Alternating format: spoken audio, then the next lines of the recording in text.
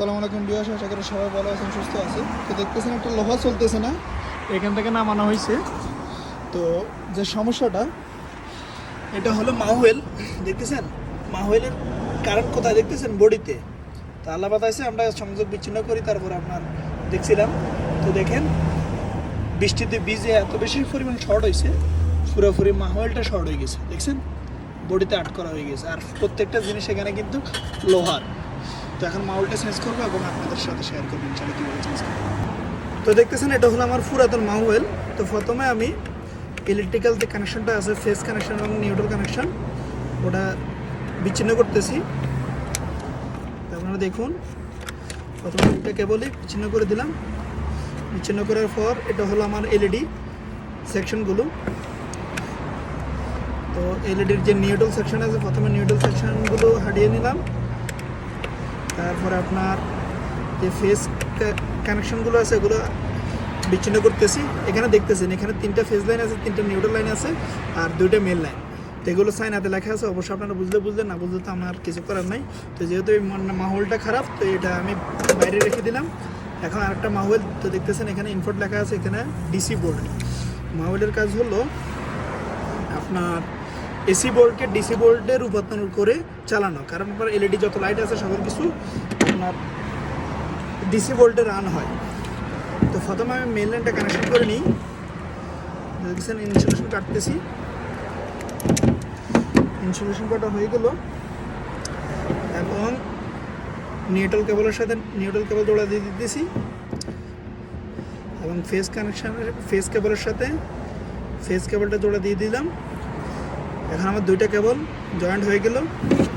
Flush দিয়ে একটু tight করে দিতেছি, ব্যাস। তো এখন 2টা মেল লাইনের ভিতরে আমি ইনসুলেশন করে দিতেছি।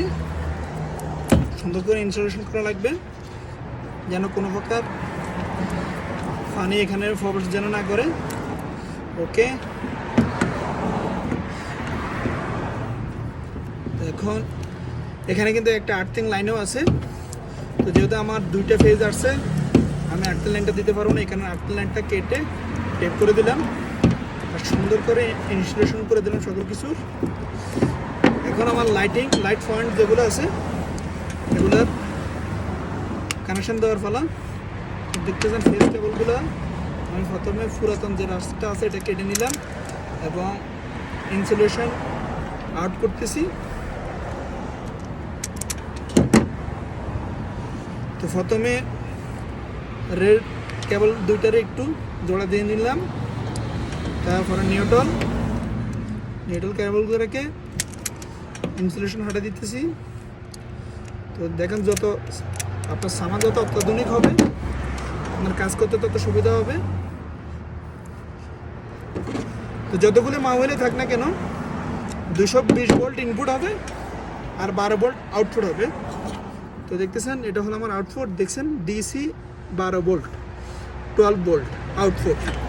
তো প্রথমে আমার নিউট্রাল যে আউটপুটটা ওটা ইনসুলেশন হাঁটিয়ে নিলাম, তারপরে ফেজ যে আউটপুটটা ইনসুলেশন হাঁটিয়ে নিলাম। তো কালোতে বলতে গেলে নিউট্রালে এবং ফেজ কেবলটা ফেজ লাইনে জয়েন করা হয়ে গেল। টেপ দিয়ে প্লাস দিয়ে একটু সুন্দর মতো করে করতেছি, টাইট করে দিতেছি। তারপরে আগের মতো ইনসুলেশন করে দিতে হবে, ব্যাস।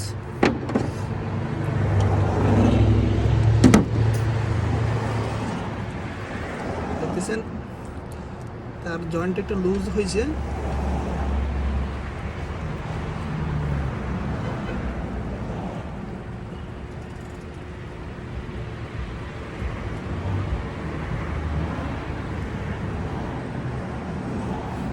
তো এখন ইনসুলেশন টোটালি আমার কমপ্লিট দোনোটারই।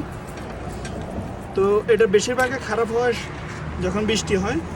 তো আপনারা জানেন সৌদি আরবে বৃষ্টি হয় না, যখন বৃষ্টি হওয়া শুরু হয় তখন কিন্তু আবার থামে না, 2 দিন লাগাতারই হয়। তো এখন এটা হলো আমার টোটালি সেট আপ। এটা হলো আমার ফেস মেন কানেকশন, এটা হলো আউট কানেকশন, এটা হলো ডিসি বোল্ট, এটা হলো আমার ডিসি বোল্ট, এটা হলো আমার এসি বোল্ট। এখান দিয়ে ইনপুট হয়ে এখান দিয়ে আউটপুট হয়েছে। অবশ্যই আপনারা জিনিসটা বুঝতে পারছেন। এখন আমি কানেকশনটা দিব। বৈদ্যুতিক কানেকশন দেওয়ার জন্য আমার এখানে আসা লাগবে। আমি কেবলডাম থেকে কানেকশন দিয়ে চেক করতেছি।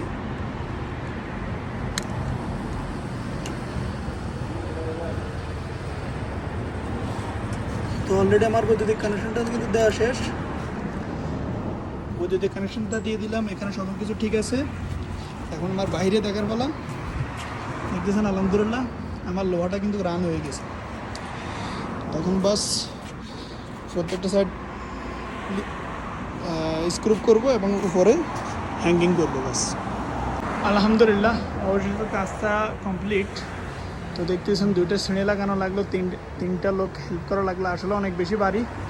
তো এই ধরনের সকল নিত্য নতুন ভিডিও পাওয়ার জন্য ইলেকট্রিক্যাল ভিডিও চ্যানেলটা সাবস্ক্রাইব করে ইলেকট্রিশিয়ান ইমরান পেজটা ফলো করে আমরা পাশে থাকি ইনশাআল্লাহ। আজকের জন্য এখানে বিদায়। আসসালামু আলাইকুম ওয়া রাহমাতুল্লাহি ওয়া বারাকাতুহু।